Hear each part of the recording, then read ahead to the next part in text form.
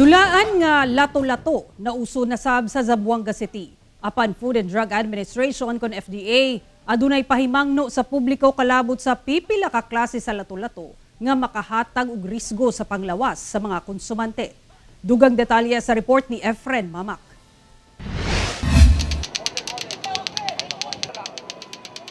Ang kasaba sa lato-lato madungga na sa mga kadalanan sa Central Business District sa Zamboanga City. Matod niini mga vendor sa Magay Street, sagad kuno sa mga mamalitay niini mga bata. Ang presyo sab sa lato-lato mobalor sa 80 pesos hangtod 100 pesos. Oh, may size, mga 3 cm, 5 cm. Yung 5 cm malaki na siya. Pero meron din maliit, mga 2 cm.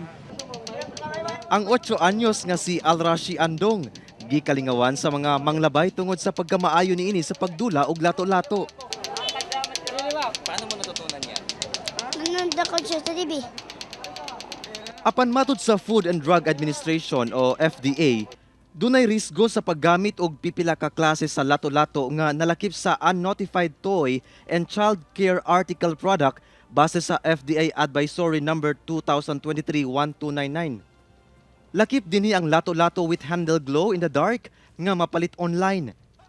Lakip sab ang Pro Clackers o lato-lato with lights ug unlabeled toy nga green lato-lato.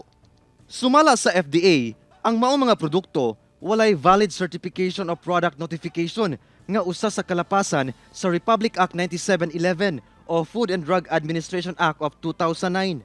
Posibleng makahatag kuno kini og risgo sa panglawas sa mga konsumante tungod sa posibleng hazardous ingredient nga gigamit sa paggama niini. Samtang ang tagdumala sa Tetuan Central School Sped Center sa Barangay Tetuan, nagpahigayon na og meeting kauban sa mga magtutudlo. Gituki kung kanus alang ba pwedeng temporaryong kumpiskahon ang dulaang lato-lato gikan sa mga estudyante. Ubos sa Directive Order 40 Series of 2012 o Child Protection Policy sa DepEd.